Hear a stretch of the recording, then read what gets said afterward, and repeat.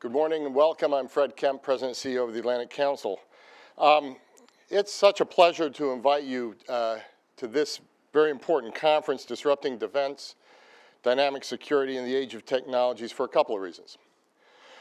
First of all, it really does underscore the innovative, future-oriented work across the Atlantic Council, and in particular, the work of our Brent Scowcroft Center on International Security. It's wonderful to have General Scowcroft himself here today, the chairman of our International Advisory Board, for whom we've named the center.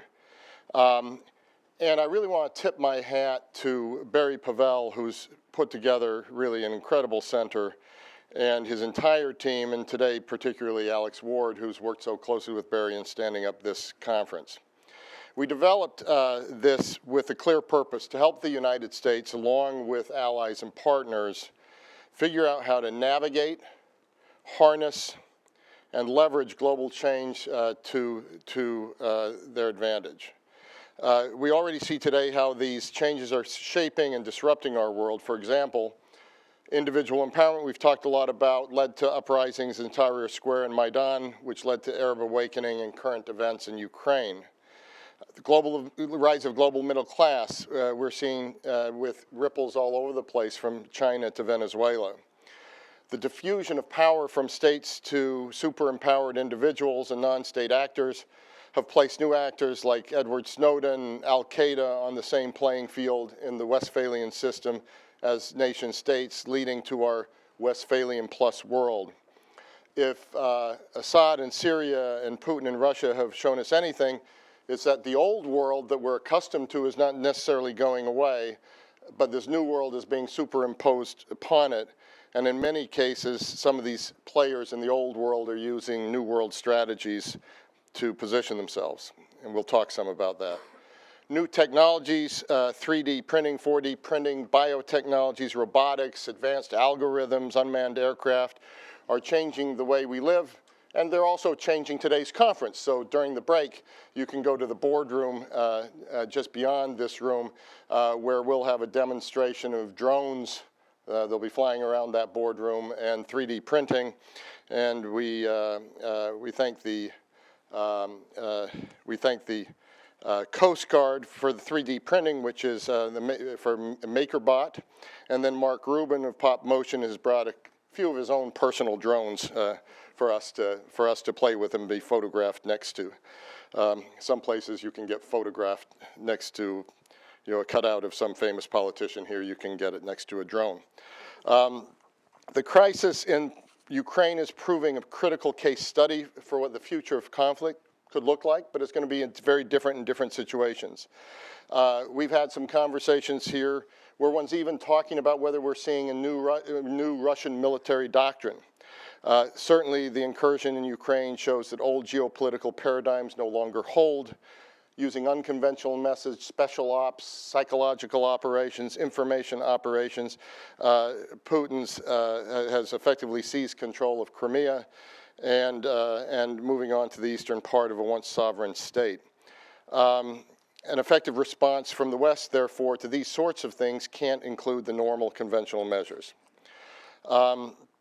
With this new security landscape in mind, we've decided to build this effort on the successes of the Brent Scowcroft Center's two of their core initiatives. First, our Strategic Foresight Initiative, which looks out into the world of 2030 and beyond to visualize, plan, and strategize for the coming operating environment.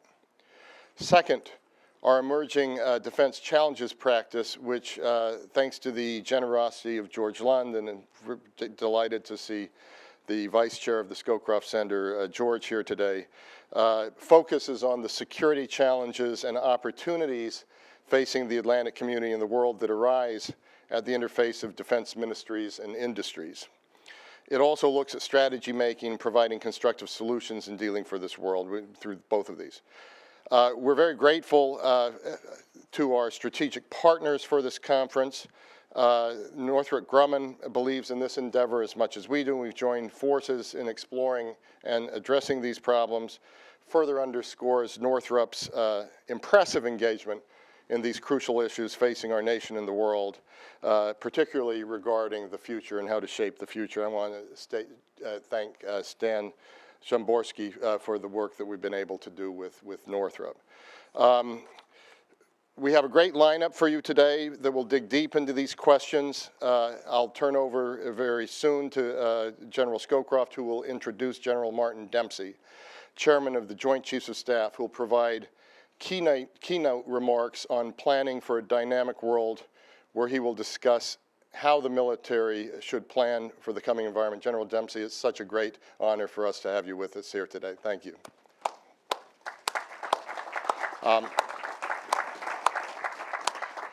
We were one of the earliest venues for you when you took over your position. And if you look at the Q&A from 2.5 years ago, I think it was December 9th, you'll see an incredible Q&A with David Ignatius. It was really fantastic, well worth going back and reading it. You may also see a vocal performance of Christmas in Killarney. General Dempsey hasn't revealed what he might perform at the end of today's session. But in any case, as I said, also visit our boardroom during one of the breaks, and feel free to go to the operators and ask them any questions you'd like about either the printer or the drone. And please don't forget to tweet during the conference with the hashtag #ACDisrupt. I was a little bit nervous, Barry, about a hashtag called #ACDisrupt, questioning how employees might handle that. Also tweet for the Scowcroft Center's new Twitter handle @ACScowcroft. So with that, I'd like to turn the floor to General Scowcroft. General Scowcroft is very critical of how we introduce introducers at the Atlantic Council, so I'll be very brief, only to say he's one of the great public servants of our generation, or all of our generations, and two-time National Security Advisor. But beyond that, for the last 4 decades, his wisdom, all presidents have turned to over this period of time, and certainly the Atlantic Council and I have done so as well. General Scowcroft, the floor is yours. Thank you.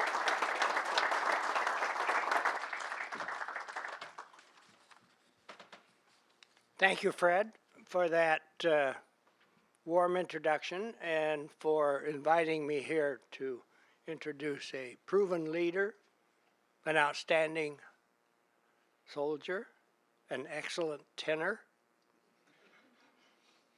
That was a hidden talent. Fellow West Point alumnus and an overall good guy, General Martin Dempsey, the 18th Chairman of the Joint Chiefs of Staff. This conference is about how the United States and its allies should plan for defense and security in a world of individual empowerment, diffusion of power, new technologies, and other trends. You know, we're coming out of a tidy period in our world, and that is the world of the Cold War. It was tidy because the strategy was a given. It was put our arms around the Soviet Union and hold it until it changed. We had a lot of arguments about tactics, but we could always go back to the strategy and say, here's what we need to do, and everybody agreed. Suddenly, the Cold War is over, and globalization has come in and changed the whole basics of the world. And so we're in a period now that is new in 2 respects. Our strategy needs to be different, and the world itself is beset by forces which are fundamentally different and fundamentally new for us to work with. So this conference is about how the United States and its allies should plan for defense and security in this very, very different world, with a whole bunch of different things impinging on it. It's not just the Cold War. It's not just how you deal with the Soviet Union. It's how you cope with a world whose forces are different from what we've ever seen. I think it underscores the Scowcroft Center's burgeoning work on defense strategy. It's also a part of the Center's emerging defense challenges work on foreseeing and planning for defense challenges based on these new global change. In my view, it comes at an important time for the transatlantic community and the world. Many of the challenges we expected to come at us further into the future are already happening today in different forms and in different places, surprising us just a bit, like Ukraine and the Arab world. The U.S. government and the Department of Defense are now thinking through how to deal with these issues and this world to prepare the United States to harness the forces at work and to take advantage of them in moving our strategy and our interests forward. Accordingly, we are very fortunate this morning to have Marty Dempsey to kick this conference off. As President Barack Obama's top military advisor and one of the leading figures in defining the path for and ensuring U.S. national security, there is no one more suited to tackling these complex challenges and outline the administration's current thinking on these and other kinds of issues. Marty has a long history of dealing with complex and challenging issues. Before being appointed and confirmed as chairman of the Joint Chiefs of Staff, General Dempsey was the 37th Chief of Staff of the U.S. Army. From 2008 to 2011, he commanded U.S. Army Training and Doctrine Command, one of those key institutions whose task is to help the Army look to the future and try to understand and profit by it. From August 2007 to October 2008, he was the acting commander of U.S. Central Command. In previous tours, he commanded the 1st Armored Division in Baghdad and later led the Multinational Security Transition Command, Iraq. General Dempsey, it's an honor to have you with us today, and I want to thank you for all that you do and have already done in service to our country. Thank you for being here. The floor is yours.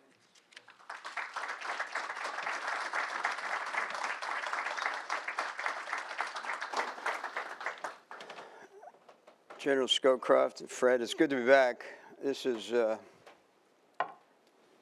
think this is my 3rd time here, but I also, in between those visits to your facility, as some of you know, I often invite members over. About once a month I have a seminar, and I call it my personal campaign of learning, and I'll bring folks over from parts of our nation that perhaps I don't know as much about or would like to know more about, and you've been kind enough to do that on several occasions. This time with you today is actually quite timely for me personally. I just came back from Afghanistan, and as you know, we're on the verge of a decision about our enduring presence as part of the NATO Resolute Support Mission, and as it won't surprise you to know, that decision is one that has to account for NATO's great contribution over the last 13 years. In other words, NATO has to come out of it, not just the United States, but NATO has to come out of it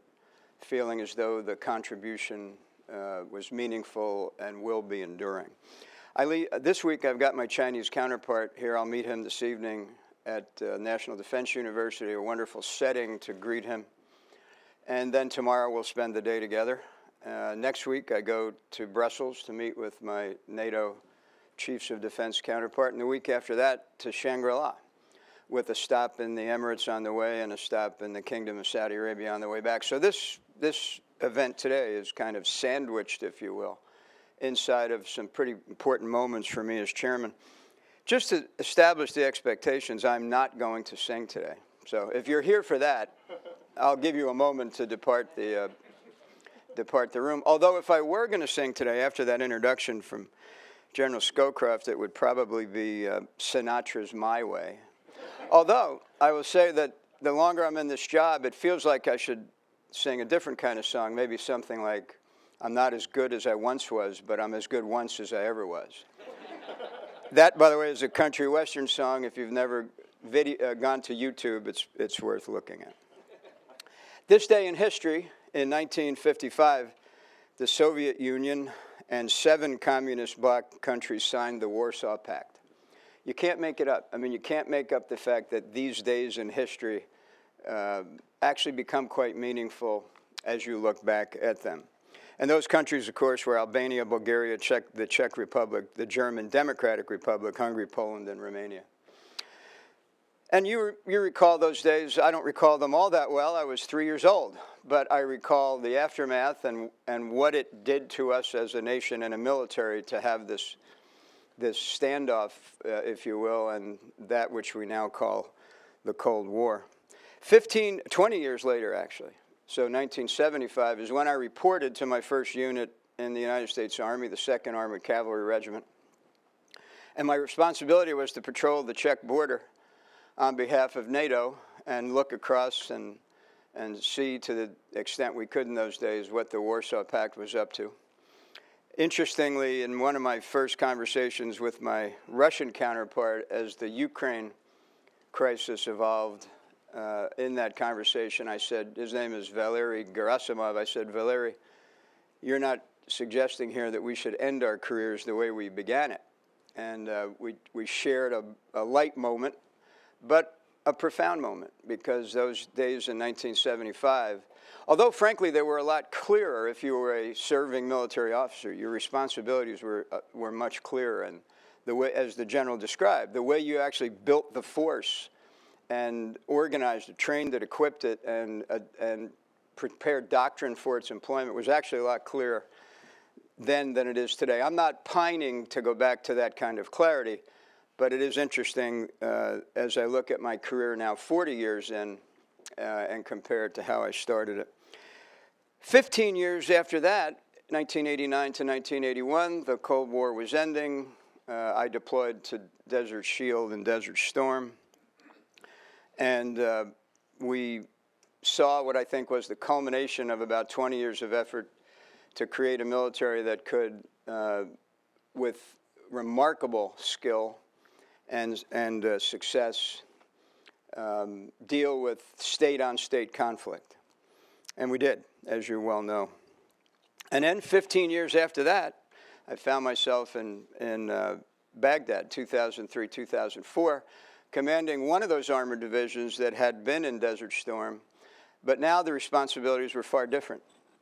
The responsibilities getting from the Kuwait border to Baghdad were quite similar. It was something we understood. But I recall when we got to Baghdad, General John Abizaid met me, and I said, okay, what do you want me to do now, boss, now that we're here? And he said, I want you to establish a safe and secure environment in Baghdad.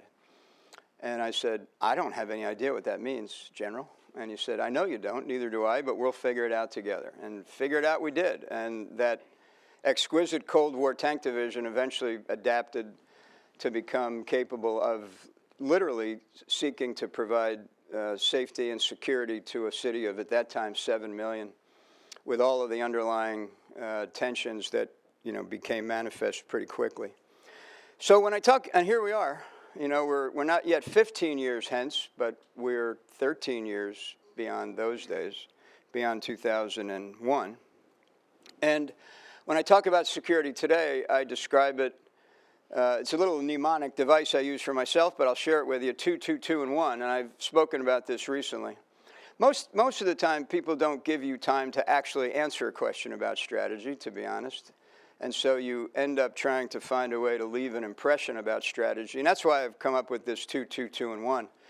Two heavyweights, the world in which we live and the security with which we seek and the actions which we conduct are always conducted strategically in the context of what it will mean to the two heavyweights or what effect it will have on the two heavyweights, and that is Russia and China. Then there's two middleweights, Iran and North Korea. And then there's two networks, the Al-Qaeda network, which we can speak about if you like, but which is Al-Qaeda and affiliates that stretch from Afghanistan, Pakistan, across the Arab Peninsula, certainly in eastern Syria, western Iraq, Yemen, over into Somalia, across North Africa, and into West Africa, all the way to Nigeria. And it's a network, and it doesn't mean that that network is one single coherent, ideologically linked or financially linked organization, but they syndicate themselves when it works to their convenience, and so we have to think of it as a network. And frankly, that network is a generational challenge, which is to say 20 or 30 years, and I'll come back to that. The other network, by the way, that doesn't get as much prominence as I believe it deserves is the transnational organized criminal network that runs north and south in our own hemisphere. And again, it's a network. We tend to think of that as a drug trafficking network, but it's equally capable and often found to be trafficking with, illegal immigrants, arms, laundering money. It's extraordinarily capable. It's extraordinarily wealthy. And it can move anything. It'll go to the highest bidder. And so that network deserves more attention, not just because of the effect it has on the social fabric of our country, but because of the effect it could have and is having, in my view, on the security of this nation. So that's the second network. So now 222, and the one is cyber. And General Scowcroft touched on cyber briefly. There's two issues that concern me with cyber. One is our lack of preparedness as a nation for a cyber attack. We have sectors within our nation that are more ready than others, but we don't have a coherent cyber strategy as a nation. And I understand why. There are some big issues involved with achieving that kind of coherence, issues related to privacy and cost, information sharing, and all of the liabilities that come in the absence of legislation to incentivize information sharing. We got some heavy lifting to do yet. We have made some significant progress in our department at protecting our network and developing tools to conduct cyber operations externally. We've empowered combatant commanders to protect their networks much more effectively. We've got a long way to go. And the other thing that concerns me about cyber is not just the denial or the destruction of entire networks, which clearly would be a problem in the financial sector or could be in critical infrastructure, but I worry equally about the corruption of data. I have a PowerPoint slide that I keep on my desk to remind me each day that I need to think about cyber every day. And that slide, by the way, is a picture of a dashboard of a car. And on the dashboard, you can see that the car is in park, but the speedometer is reading 120 miles an hour. And that's possible. And that's not possible. It's a fact. That corruption of the data in a car's computer is possible and can be accessed through the network in which the car lives, OnStar or whatever it happens to be. So those kind of, the corruption of data from a military perspective is actually more alarming than the denial of data, because denial of data you work around, but corruption of data causes you to lose confidence in your systems. And our entire, we've become a very technologically savvy and in many ways dependent military organization, and we rely on three things that the Air Force officers in the audience will be familiar with: precision, navigation, and time. And so all of our systems rely upon that, and to the extent that we maintain confidence in the data that's presented to us, we'll be more or less effective. So we got a 2, 2, 2, and 1. If your next cocktail party in 70 say, what do you think? 2, 2, 2, and 1. Just as simple as that. So now what we've got to do in the face of those security issues is understand that they each require a different approach. You can't You deter nation states, you use the instruments of power, all of them, diplomatic, economic, and military, differently, whether you're dealing with a nation state, whether you're dealing with a middleweight power who aspires to have more influence than it warrants and who can go rogue from time to time. And certainly networks are not responsive to the kind of pressure that nation states are. And so I think what you're seeing in the world that General Scowcroft described is an effort to to determine how best to apply, in my case, the military instrument of power against adversaries and potential adversaries, each of whom respond differently to different kind of pressures.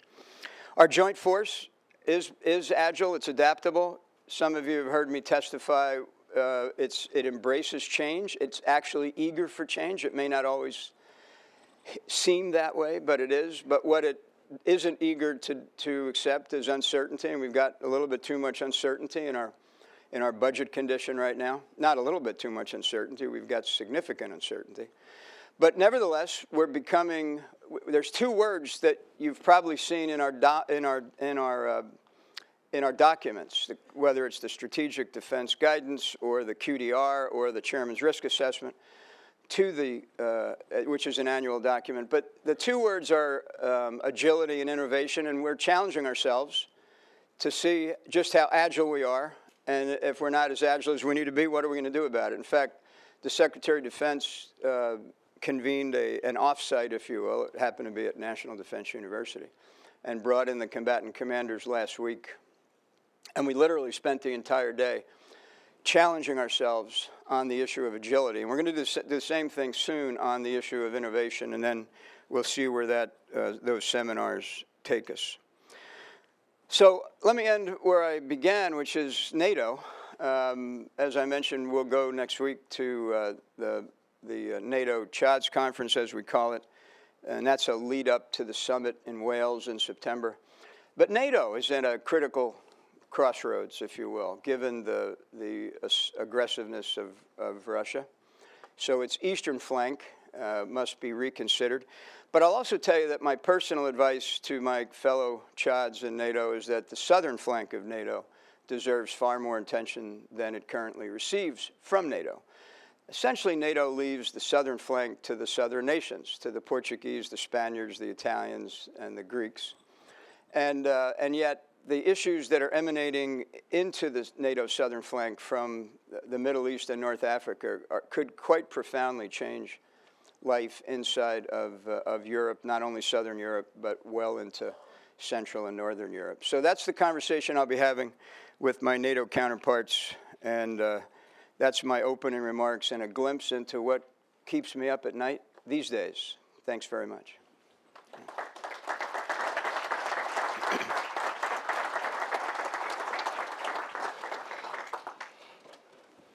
You know, these are pub table chairs, and normally when I sit at a pub chair, something happens other than an interview. Could someone deliver the Guinness? Thanks for that, and that was a terrific introductory remarks. Terrific to have you back here again. You mentioned at the end what keeps me late at night. I look at this, borrowing from your country tune choice, as the help us make it through the night part of it, which is my favorite country tune. Let's start with a little bit of applied science. You said in an interview, I think just this week, maybe with Defense One, you talked about the spread of technology among other factors and said the result has been a weakened international order, how difficult it is to take strengthness against weakness, et cetera, et cetera. You said it's harder to articulate the proper use of military power in that environment. It means you have to rebalance the instrument of the military. Talk about that perhaps, and look specifically at the Ukraine situation, but you can also apply it more broadly if you'd like, where you're seeing a situation where we're not addressing it necessarily, where we're addressing a potential military situation with economic weaponry in a way I'm not sure we ever have before. And on the other hand, we're facing a situation where Russia is also using new military tools that aren't of a conventional nature. So I'm interested in the science that you were talking about here, the weakened international order as you see it, but also the applied science in the case of Ukraine. Well, just to be clear, the military instrument vis-a-vis Ukraine is really through Russia. So militarily, the issue in Eastern Europe needs to be about NATO. I mean, it's NATO that is the NATO alliance, which should be and is the most concerned. And so our efforts militarily in Eastern Europe have been to reassure our allies that our Article 5 responsibilities are clear to us. In terms of the use of the different instruments of power, I alluded to it there. Each of those actors, the two heavyweights, the two middleweights, the two networks, and the domain, they just respond differently to each instrument. And you know, you and I had a conversation before we came in. You opined that we were using, and the general did, that we were using the economic instrument of power differently today. And one of the things I think about, almost as a deterrent for military action rather than as punishment for acts already committed. Yeah, so, or both. Yeah. But what's interesting to me about that is because the military instrument has been pretty dominant over the past, the period I talked about, over the past 40 years in issues related to security. And so that we have a pretty clear idea, that is the military, when asked, what will the effect of this use of military power be? We actually can come pretty close to answering the question, notwithstanding the fact that once you begin to use it, it's a human, you know, the human dimension kicks in and there's always surprise. But I actually brought in a bunch of, I brought in some economists to visit with me, and I asked them how they assess risk in the application of the economic instrument of power. And frankly, they were lost for an answer. It just wasn't a question, I think, that they had that it occurred to them to ask. Of course, we deal in risk constantly, and so we've developed over the course of time a fairly effective paradigm for assessing risk and articulated. And so, in this new world that the general described, and by the way, he as you know, General Scowcroft coined the phrase, this new world order, in the early 90s. In this new, even newer world now, I think each instrument has to reassess its effectiveness and its risk if we intend to apply them differently. And they have to be applied differently against the actors I've described. Yeah. Does that make sense? It makes a lot of sense. It essentially means if one's going to use the economy as a weapon, one has to understand the collateral damage and other impacts that would spin off of that. And the way one's done with military action for a long time, I think is that what you're arguing? And like I said, I'm reacting to a group of economists who I asked to describe for me how they measure risk, and it didn't seem to me they had a very persuasive answer. On the question of Ukraine, let me come also to something else that you've said that I found quite interesting, where you talk about how this is one of the most difficult things in general in your job is assessing risk. And you were talking about how risk is a combination of capabilities and intent. If you're looking at the intent of Vladimir Putin in Ukraine right now, how risky is the situation from your standpoint? Well, that's where, we have a very clear picture of the capability of the Russian armed forces, at least the overt military forces of Russia. But intent is and will remain elusive. And I say that because it's, the activities of Russia and Ukraine could be the aggregate of Putin, the armed forces of Russia, looking to reestablish its bona fides, regionally. And it could very well be large portions of the Russian population eager to right the wrongs of the early part of the last decade of the 20th century. And the way we address this really depends upon where we find ourselves assessing that intent. To this point, I think it's largely driven, my personal judgment is it's largely driven by Putin, and a close circle around him. But that might actually make it more dangerous, not less dangerous. Because? Well, because as I heard it described, and if we polled this room and asked, somebody to describe Vladimir Putin, we'd probably get more than one or two answers. But the most persuasive description I've heard is that, he's driven by his desire for a personal legacy and the economic well-being of Russia, because he understands that his popularity is largely dependent on the economic well-being which goes back to the point, if we're going to use the economic instrument, if that's what motivates him, and if we're going to use the economic instrument, then our calculation of risk has to adjust. Thank you, General. The other issue that you've talked about recently, which I also find fascinating, is this element of time, and you mentioned it a little bit in your opening comments. And you mentioned it in connection with the Syria situation, but I'll also ask a broader question as well. You said we're trying to understand and engage the element of time in the Syrian crisis, and you referred to the different words in Greek for time, including the term for right time. Can you talk about that in terms of the Syria crisis? There's some people who have said, well, the time to get more actively engaged was the early stages. There are other people who say there is no right time to get engaged, don't get engaged. So talk about the element of time in there, but also in general, with the world moving so fast and with the risk you're looking at so broad and hard to measure, how do you feel the sense of urgency in how we have to respond this time? Is there, we sometimes at Atlantic Council talk about this as a historic inflection point where we have to act right now to shape this moment or we'll miss our opportunity. But how much urgency, first of all, do you agree, but how much urgency is there behind it? So from Syria to the more general question of time. Well, again, back to the effort to think our way into the future. I've actually taken a couple of ideas that I've gotten from authors, prominent authors, historians, and social scientists, and tried to knit them together. So there's you probably know Moises Naim's book, The End of Power. I met with him. There's a guy named Doug Rushkoff, who wrote a book called Present Shock. And it's in that book where this issue of time manifests itself. And basically what he says is that,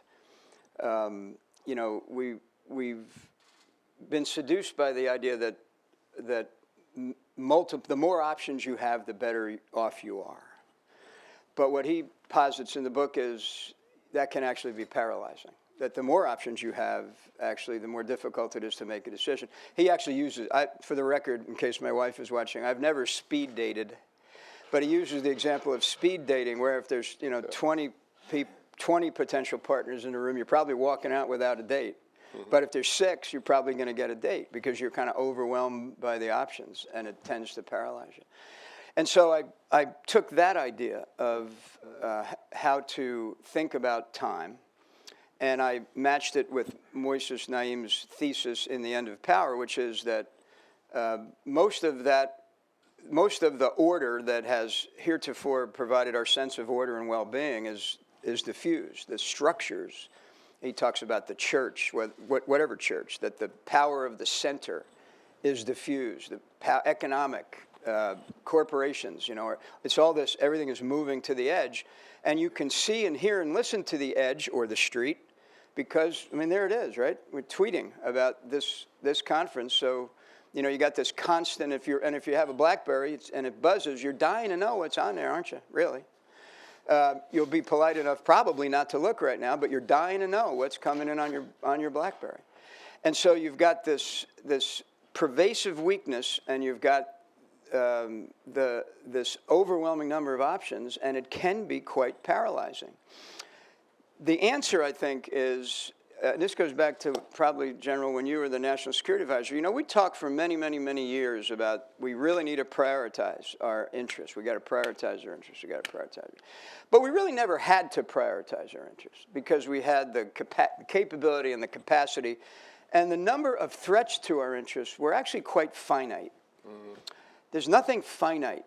I kind of simplified it by saying 2, and 1, but look, we're trying to do our best to help the Nigerians get these schoolgirls back, which is part of that network, by the way, that I described. So the threats are proliferate, if you will. The options are equally proliferate. Weakness is pervasive. And that's a combination in which national security hasn't had to navigate for some time. And I don't have the answer, by the way. But you know what they say about education, they say, I just gave a commencement speech, I remember this, but education is when you stop asking the questions and start questioning the answers, or, you know. So specifically on Syria, time is on our side, or what do you mean by the It element can of be. time in the Syrian crisis? It can be, but I think time is a more important factor in decision making than it ever has been. And I'm not sure, as I try to provide my advice to the SecDef, the National Security Council, and the President, there is always an element of time in there. I want to get to a couple of questions, but let me ask you one question that really fits with the whole theme of what we're doing here today. You have talked, in fact, in your risk assessment for the QDR, the Quadrennial Defense Review, you wrote the following: my greatest concern is that we will not innovate quickly enough or deeply enough to be prepared for the future, for the world we will face 2 decades from now. True risk is that we will fail to achieve far-reaching changes to our force, our plans, our posture, our objectives, our concepts of warfare. Innovation is the military imperative and the leadership opportunity of this generation. So that's your analysis. 2 questions. What did the QDR do, or should it have done more to address this issue? And what are we doing to address this issue? And why is this so central to your concerns? The QDR has been, this is going to shock many of you, the QDR was criticized. I could probably stop there. But the QDR was criticized for accounting for the fiscal environment in which we prepared it. You know, the legislation does require an unconstrained strategic assessment. The problem, of course, is that we also have the fiscal environment codified in law called the Budget Control Act. So, you know, it's a little bit unfair, frankly, to be bludgeoned on one hand for finding yourself fiscally constrained, and on the other for not accounting for the law which fiscally constrains you. That's a little bit unfair, it seems to me. That said, I feel better now. That said, I found that the approach we took in the QDR to be prudent and responsible, and what it did is it illuminated it illuminated the imperative of rebalancing ourselves. That's not a word that we chose lightly, and it's been potentially overused, maybe overburdened. You know, rebalance to the Pacific, rebalance the budget, rebalance the way we fight the way we fight. But it is the right terminology. We don't need to make. It seems to me we don't need to make disruptive changes. Mm-hmm. I really don't think we do. But we do need to unpack the words agility and innovation. And we do need to account for the likely fiscal future and to get on with it in things like paid compensation, health care, retiring weapons systems, shedding excess infrastructure. You know, it used to be, again, back to when the general was the national security advisor, and we confronted ideas like BRAC, and we confronted changes in paid compensation, health care, weapons systems. There was enough slack in the system that, you know, you could find yourself, you know, achieving the 70% solution, and you could be quite content that the 70% solution would be adequate to the task of providing what the nation needs. But the slack the slack is pretty much out of the system. And so we've really got to get this right now. I mean, and by the way, the chiefs often remind ourselves, the Joint Chiefs, this is not a crisis today. It feels like it, but we're really not at that point yet. But if we ignore these changes that we need to make, whether it's in, you know, finding our way to achieve affordable manpower costs, shedding weapon systems that we no longer need, reducing excess infrastructure, becoming more innovative, in particular in the way we match requirements to procurement, and being more agile about the way we deploy the force. We actually are coining a phrase called dynamic presence, different perhaps than what we might call sustained presence. You know, right now, if we generate a carrier, we send it to CENTCOM, when it's done over there. When its shot clock runs out, it comes back. That's great if you're a combatant commander because you got a little predictability in how the force is applied in your AOR, but it's not so good globally, where you'd really want to be a little less predictable, a little more, and in your unpredictability, have a different effect on your potential adversaries and more opportunities to assure your allies. But that's an issue of agility. We can make those changes, but we can't wait. We can't do this 1 year at a time. Mm-hmm. And we're on a path to do it 1 year at a time. That's my concern. And that's partly a product of the way the budget sequestration, all of that has kicked in. It is. The 1 year at a yeah. time. And look, I'm not, you know, look, I said in that article, I said, you know, the two hardest words are risk and readiness. Mm-hmm. Readiness has no constituents. You know what I mean? Weapon systems have constituents. Bases have constituents. But readiness has no constituents, except those who have to apply the military instrument when the time comes. Really hard to articulate eroding readiness, and it's hard to articulate risk because it's a little different in each service, and it's very different depending on whether you're talking about a heavyweight, a middleweight, a network, or a domain. Thank you. Questions from the audience, please. Get to as many as I can.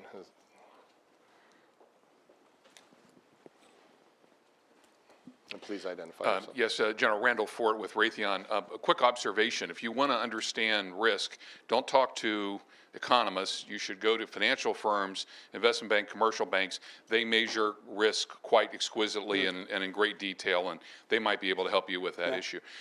Your mention of agility brought to mind an article that then DepSecDef Lynn wrote in Foreign Policy about 4 years ago, on cyber, where he noted that it took the Department of Defense roughly 80 months to do a generic average IT acquisition. 4 3/4 years, almost 3 Moore's Law cycles.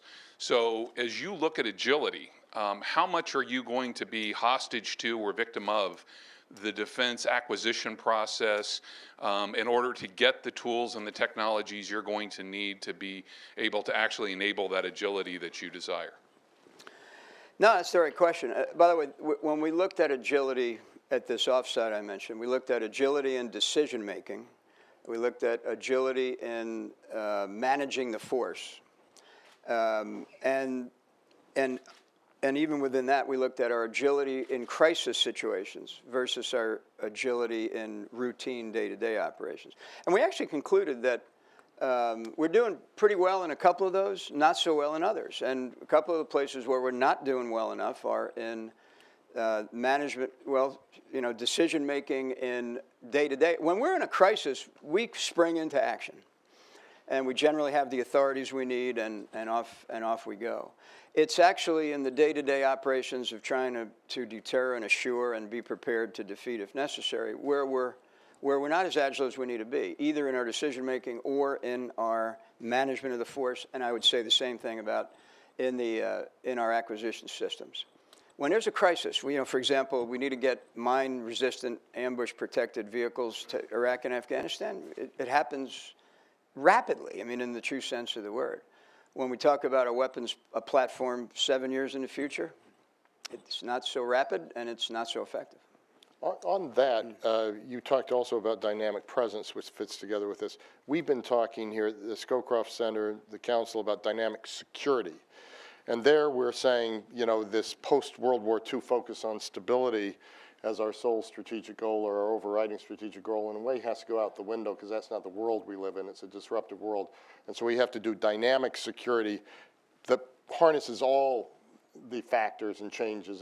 Does that fit together with what you're talking about? Does that seem to be in the concept? It seems to me to absolutely fit together, but I'd like to stay in touch with you on that effort. But, back to when I said I reached out to economists, I reached out to them for a different purpose than I actually, this is kind of organized serendipity, as I've heard it described, bringing people in a room who have no business being in the same room and seeing what happens. And so I didn't bring them in to talk about the application of the economic instrument of power. I actually brought them in to talk about energy security and what would the impact of us becoming energy independent be on nations like Russia, like Saudi Arabia, like China.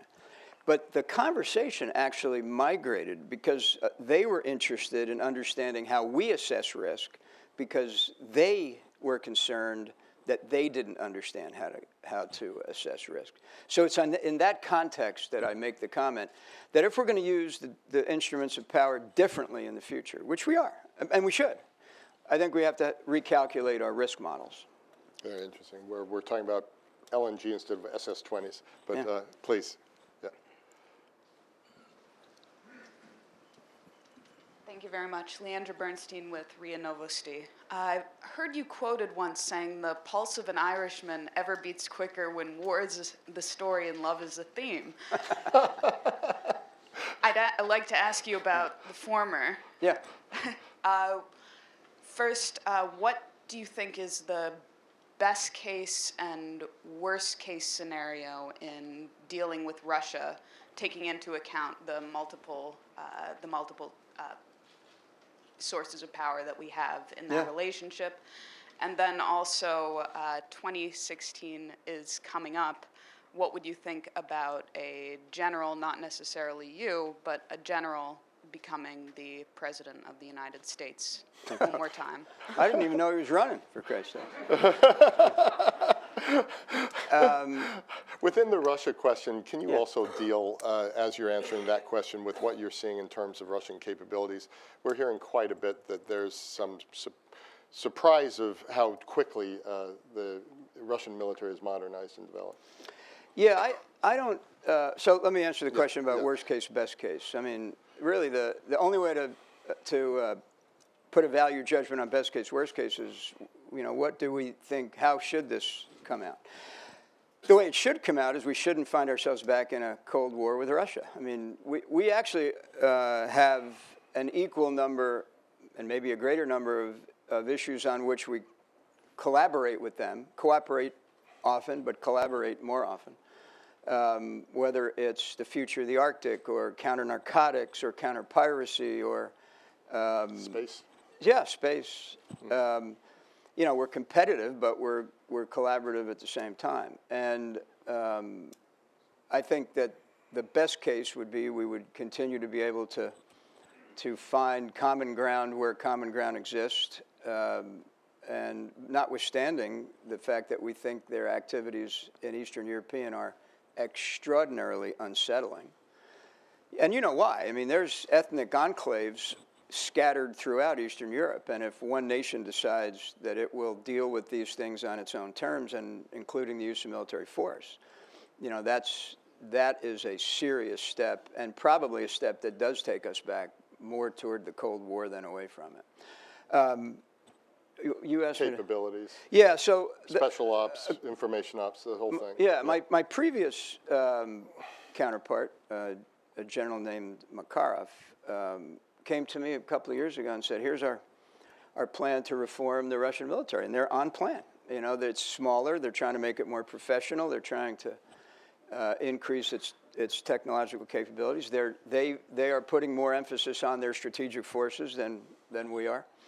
And, at some point we'll have to decide if we have to change our approach based on theirs. But they're transparent. They're relatively transparent about it, as are the Chinese when I meet with them. Your question about should a general run for president? That is the worst case scenario, by the way. The worst case scenario with Russia?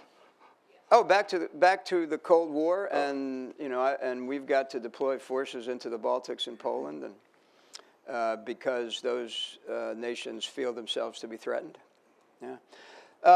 You know what I've said about generals and flag officers, admirals and generals? If you want to get out of the military and run for office, I'm all for it.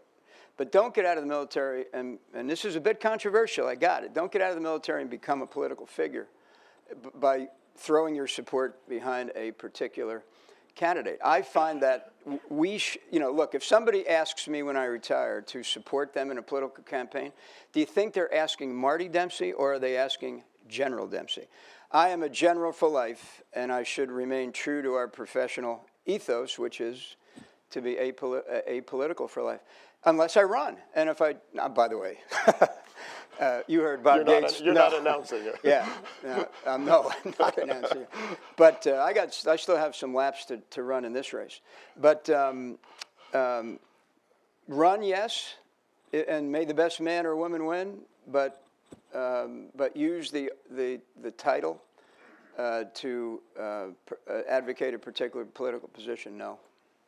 Thank you. Please, here, the woman in the back, right there. Hi, I'm Patty Morrissey. I work for the National Intelligence Council, for the National Intelligence Manager for Military Issues. And we are working towards updating our unifying intelligence strategy to be more reflective and more consistent with understanding agility, innovation, what we need to support the military in this 21st century, very different environment. I was struck by your 2221. Because I would say 222125. And that's one of the things we're wrestling with is how do you do what we call global coverage? What do you need to know to be prepared for Nigeria, Libya, Syria as these things pop up? And as you do everything from maybe, remove chemical weapons to address a humanitarian crisis, how do you get the knowledge base from us that you need to be more agile? That's such a super question, and I hope you'll grab on to one part of it as well, which is what does 2221 look like in 2030? So in other words, does that have to shift? Does that paradigm have to shift? But yeah, it's really a profound question, particularly asked in the context of the fiscal environment in which we're navigating.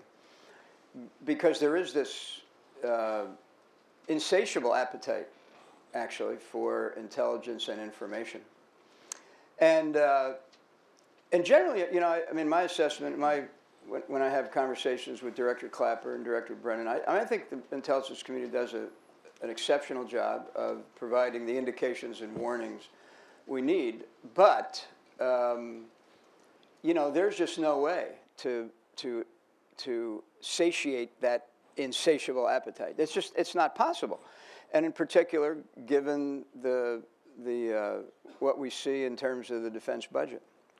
So, but I'll also then tie it back to what I said earlier about time and and the effect of information on time. I'm not suggesting that we should be content that we don't know everything, but I will suggest to you quite clearly that when we do know everything, we immediately feel some obligation to do something about it. And so I'm not asking you to do less. Let me put it this way. I'm not asking you to do more with less. I think you'll have to do less with less, but not less well. And that's going to take some serious thinking about where to prioritize. and the paradigm 2221 is we look Where is out. it? I think that's going to. I think that will stand the test of time for the predictable future. Great, that's what I was wondering. Yeah. Let me take two last questions there. I think that's all we're going to have time for. So let's take those two in a row and then let you get to a final round of answers. Hi, General. John Hudson with Foreign Policy Magazine. I was wondering if you could speak a little bit about how your thinking has evolved on arming the Syrian rebels. Obviously, early on, you were on record in support of it, but it's a changing conflict, and things have changed a lot over the last few years. So if you could speak to that, that'd be great. Sure.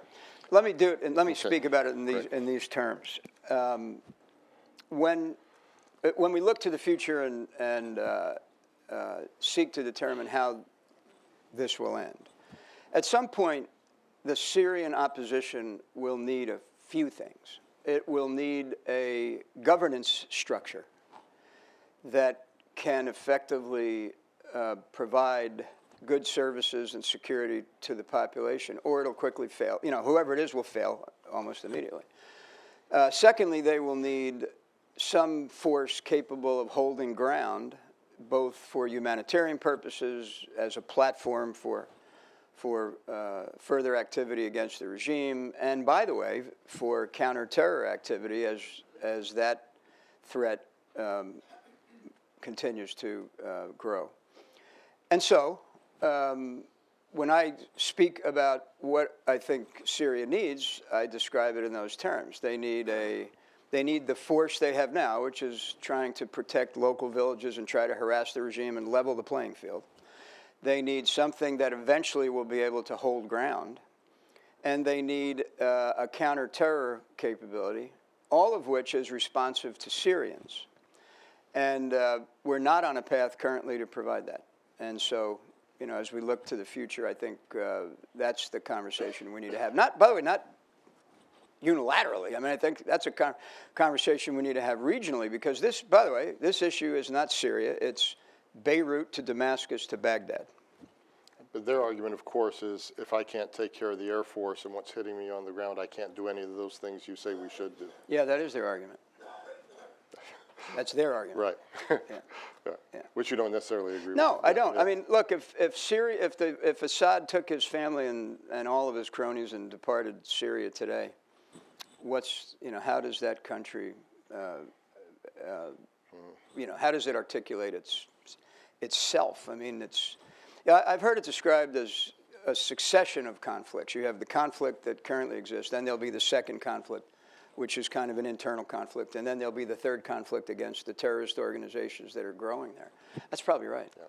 So, General Dempsey, I have several more questions, but I've promised you to get you out of here 9:35. You actually have a world of issues to take care of. You've talked about the travels that you're going to be on. We wish you good travels, safe travels, and thank you for your enormous service to our country and our alliance. Please, we're going to applaud General Dempsey in a second. Stay in your seats. We're moving on to the next panel, disruptive geopolitics, with Francis Rose moderating. So is there any other kind? But General Dempsey, that was absolutely wonderful. Thank you so much. Thank you. Thanks. Very important. Thank you. No sign. Thanks, General.